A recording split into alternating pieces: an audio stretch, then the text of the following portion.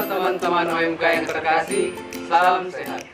Senang rasanya bisa bertemu dengan teman-teman dalam katekesi singkat tentang pokok-pokok iman Katolik. Pada hari ini kita akan mendalami makna pengampunan dosa dalam Gereja Katolik. Namun sebelum itu, marilah kita memulainya dengan tanda salib. Dalam nama Bapa dan Putra dan Roh Kudus. Amin. Teman-teman yang terkasih, kita akan memulai katekesi ini dengan melihat suatu film yang kiranya dapat membantu kita memahami makna pengampunan dosa. So don't go anywhere, stay on station and check this out. Hidup ini keras, kawan. Hidup di kota metropolitan menuntut setiap orang berjuang untuk tetap bertahan hidup. Kota metropolitan yang nampaknya menjanjikan kesejahteraan yang mapan menjadi daya tarik tersendiri bagi setiap orang. Tetapi pada kenyataannya, tidak semua orang yang datang ke kota ini bernasib baik.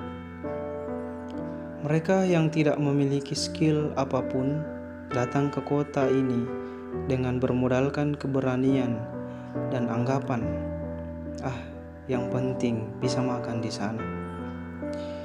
Mereka akhirnya menjadi gelandangan, pengemis, preman, anak jalanan, pekerja seks komersial, dan sebagainya. Berbeda dengan mereka yang masuk ke kota metropolitan dengan berbekalkan kemampuan yang matang dan siap untuk menempati lapangan pekerjaan yang tersedia. Perbedaan tingkat sosial di kota metropolitan sangat jelas terlihat. Jurang pemisah antara si kaya dan si miskin terbuka lebar. Orang-orang berlomba-lomba untuk mencari kemapanan hidup tanpa memberi kesempatan yang lain untuk berkembang.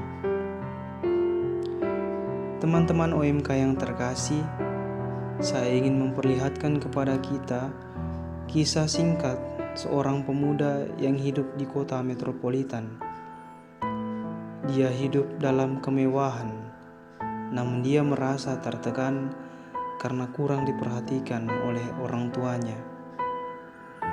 Akibatnya, dia terjerumus dalam kenikmatan duniawi, namun dia akhirnya bertobat setelah bertemu salah seorang frater yang meneguhkan dirinya.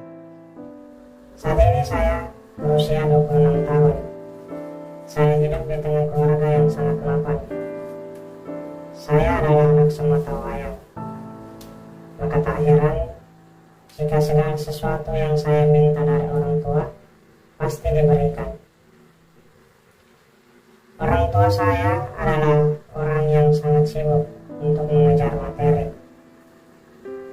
Mereka berangkat pagi dan kadang pulang jauh malam, sehingga tak ada kesempatan bagi saya untuk merasakan kasih sayang mereka. Saya sangat menderita melihat situasi ini. Pikiran dan jiwa saya meronta-ronta ingin mendapatkan kasih sayang mereka. Tetapi mau bagaimana lagi? Saya tidak nyaman dengan situasi seperti ini. Sampai akhirnya saya memutuskan untuk hidup bebas tanpa mengharapkan kasih sayang orang tua saya lagi. Saya merasa bahwa dunia saya adalah dunia yang sangat bebas. Tak ada beban, dan bahkan saya mencoba untuk melupakan orang tua dan rumah. Saya bergaul dengan orang-orang yang hidupnya tak karuan dan pengangguran. Saya bisa dibilang menghabiskan uang begitu banyak. Uangku mengalir begitu saja tanpa tahu di mana rimbanya. Saya tak menyadari bahwa teman-teman yang sepermainan dengan saya hanya memanfaatkan kekayaan saya semata. Setiap malam kami berpesta miras bersama. Bahkan tak jarang kami berjudi. Bahkan dari kami berinisiatif untuk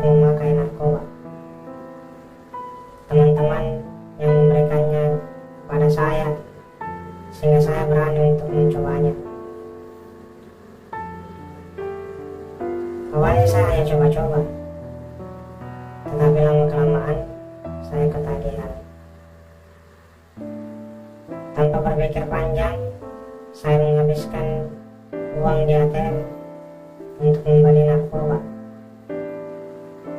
Ketika saya kehabisan uang, saya kembali ke rumah dan mencari barang-barang yang bisa dijual untuk membeli sabu-sabu. Misalnya perhiasan ibu saya, barang berharga bapak, bahkan surat tanah warisan kakek saya gadaikan. Narkoba telah merusak hidupku. Saat itu yang ada di pikiran saya adalah yang penting saya bisa bersenang-senang bersama teman. Sampai akhirnya ketika sedang berpesta narkoba, polisi dengan pakaian preman menggerebek kami. Saya tidak bisa berbuat apa-apa lagi. Saya pasrah dengan situasi yang terjadi. Proses hukum mulai berjalan dan ternyata saya mendapatkan keringanan hukuman. Saya menjadi tahanan rumah dan wajib mengikuti rehabilitasi. Dalam panti rehabilitasi itu, saya mencoba untuk memutuskan rasa ketagihan itu terhadap benda-benda haram. Kemudian pada suatu waktu, saya berjumpa dengan seorang frater. Dia sering datang ke panti rehabilitasi saya. Biasanya dia memberi nasihat kepada siapa saja yang datang padanya. Saya penasaran dengan sosok frater ini. Kehadirannya di panti rehabilitasi ini sangat menyegarkan, seperti air segar di masa kekeringan. Saya ingin juga mendengar nasihat darinya, tetapi saya malu karena selama ini saya jarang sekali pergi ke gereja. Namun pada suatu hari, entah karena ada dorongan apa, saya memberanikan diri untuk meminta nasihat darinya. Memang selama ini kesan saya terhadapnya tidak salah. Senyumannya yang amat tulus membuat saya merasa nyaman dan damai. Saya pun mencurahkan seluruh isi hati saya kepadanya. Dia mendengarkan saya dengan tenang. Setelah saya puas mencurahkan seluruh isi hati saya, dia diam sejenak. Senyum itu masih terpatri di wajahnya. Kemudian dia mengucapkan kata-kata berikut. Jika kita mengaku dosa kita, maka Ia adalah setia dan adil, sehingga Ia akan mengampuni segala dosa kita dan menyucikan kita dari segala kejahatan. Kemudian dia berkata lagi, saudaraku, datanglah kepada Yesus, dan Dia akan memberikan kelegaan kepadamu. Kemudian dia memberi saya kitab sucinya, sambil berpesan agar saya membacanya. Saya duduk termenung memandangi kitab suci itu. Akhirnya hari-hariku di panti rehabilitasi kuhabiskan dengan membaca kitab suci itu, hingga aku sampai pada Injil tentang Yesus dan melihat bagaimana Yesus telah mengorbankan dirinya di kayu salib untukku. Hati saya bergetar dan mata saya berkaca-kaca. Dalam hati saya mengatakan, Tuhan, saya ingin bertobat. Setelah rehabilitasiku berakhir, saya segera mengunjungi Pastor Parke untuk melakukan pengakuan dosa. Sebenarnya saya merasa tak layak untuk bertemu dengan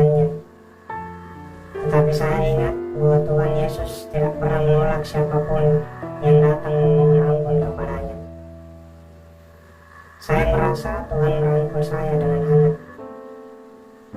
Saya membawa semua penyesalan ini di balik bilik pengakuan. Saya ingin bertobat dan memulai segalanya menjadi lebih baik lagi. Alhasil, saya selalu aktif dalam kegiatan non-gereja.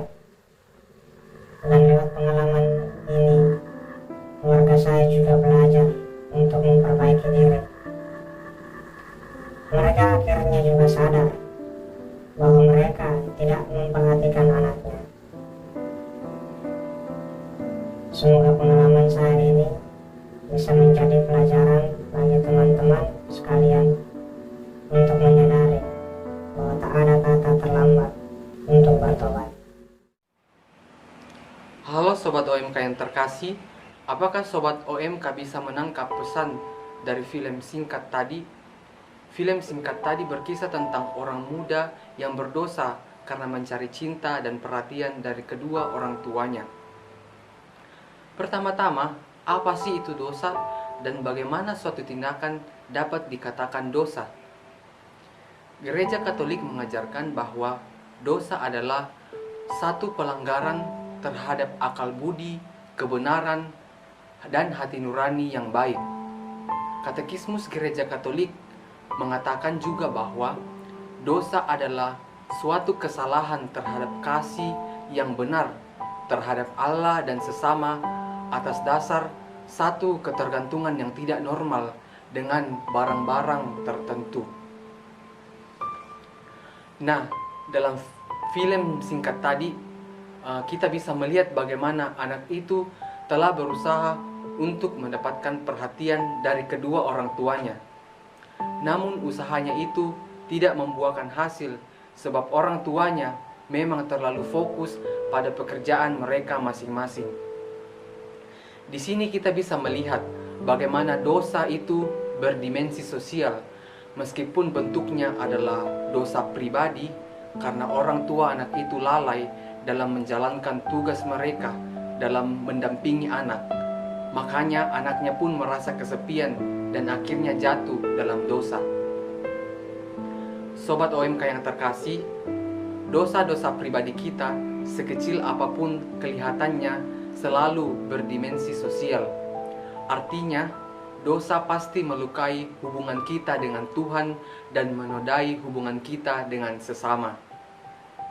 Santo Paulus dalam suratnya kepada jemaat di Korintus yang pertama mengatakan bahwa jika satu anggota menderita, semua anggota turut menderita. Dari sebab itu, pendamaian atau pengampunan dosa tidak boleh Sobat OMK anggap sebagai perkara pribadi antara Allah dan Sobat OMK saja. Ketika Sobat OMK sedang merasa galau atau sedih karena sesuatu, jangan pernah meninggalkan gereja. Sebab gereja adalah tempat pengampunan dosa. Bahkan gereja sendiri menjadi sakramen pengampunan dosa. Kemudian kita melihat dalam video tersebut bagaimana anak tersebut akhirnya jatuh dalam dosa yang menyesatkan. Ia akhirnya merasakan konsekuensinya sendiri dan ia akhirnya masuk ke panti rehabilitasi. Lalu digambarkan bahwa dia akhirnya bertobat setelah ia mengalami perjumpaan dengan seorang frater yang membawanya pada pengenalan akan Yesus. Sobat OMK yang terkasih, pengampunan dosa memang selalu berpangkal dari Allah Bapa yang penuh belas kasihan. Dan melalui Yesus Kristus, belas kasihannya itu dinyatakan secara sempurna. Lalu pengampunan dosa mengandaikan keinginan sungguh untuk menjadikan Tuhan sebagai satu-satunya Tuhan dan pusat seluruh kehidupan manusia. Dengan bertobat, orang mengandalkan dan menyerahkan dirinya hanya pada Allah.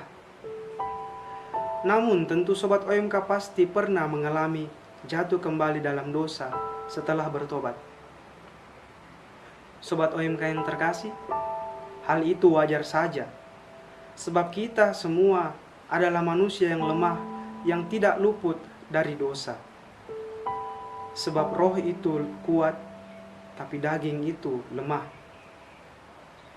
Dari sebab itu, gereja menyadari dan mengakui perlunya pertobatan terus-menerus dan perlunya anugerah pengampunan dosa yang terus-menerus pula.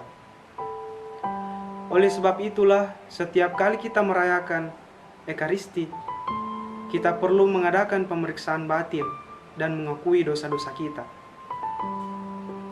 Sobat OMK, walaupun setiap kali kita merayakan Ekaristi, kita mendapatkan pengampunan dosa, namun barulah dalam liturgi sakramen tobat, pengampunan dosa kita rayakan secara resmi dan meriah.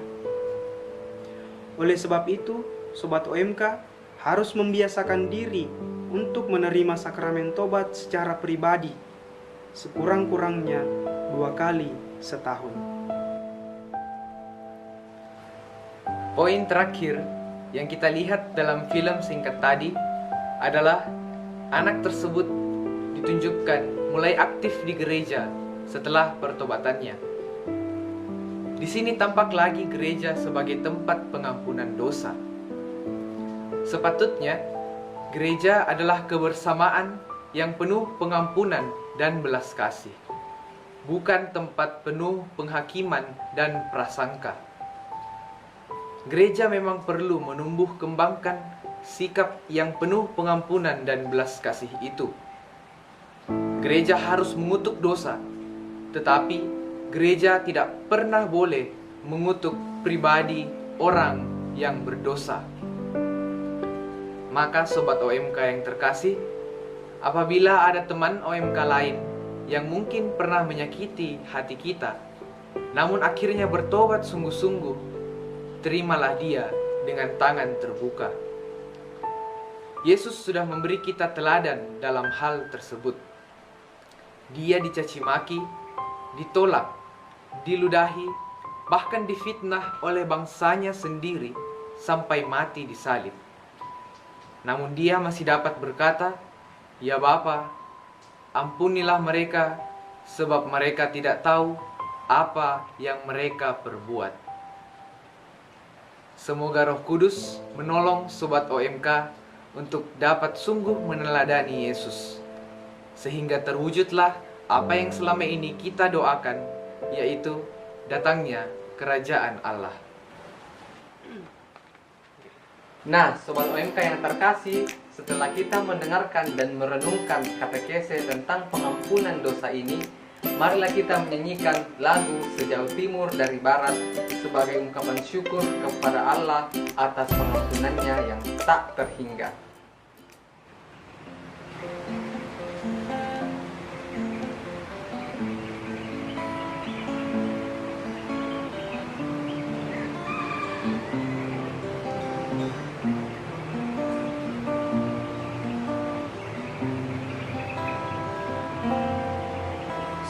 Sejauh timur dari barat, Engkau membuang dosaku.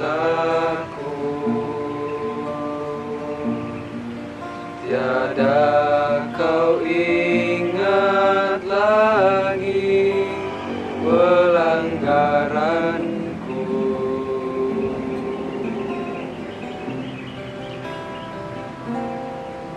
Jauh ke dalam tubir laut, kau melemparkan dosaku.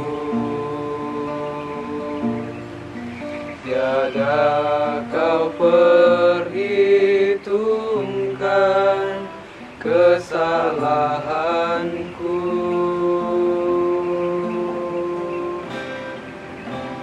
Betapa besar kasih pengampunanmu, Tuhan. Tak kau pandang hina hati yang hancur.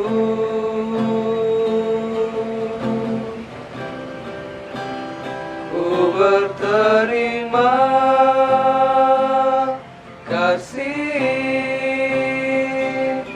kepadamu ya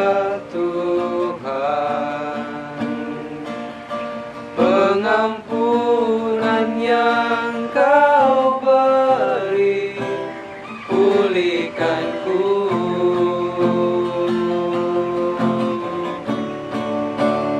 Betapa besar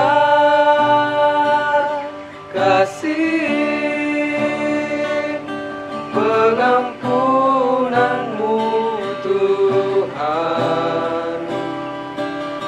Tak Kau pandang hina hati yang hancur.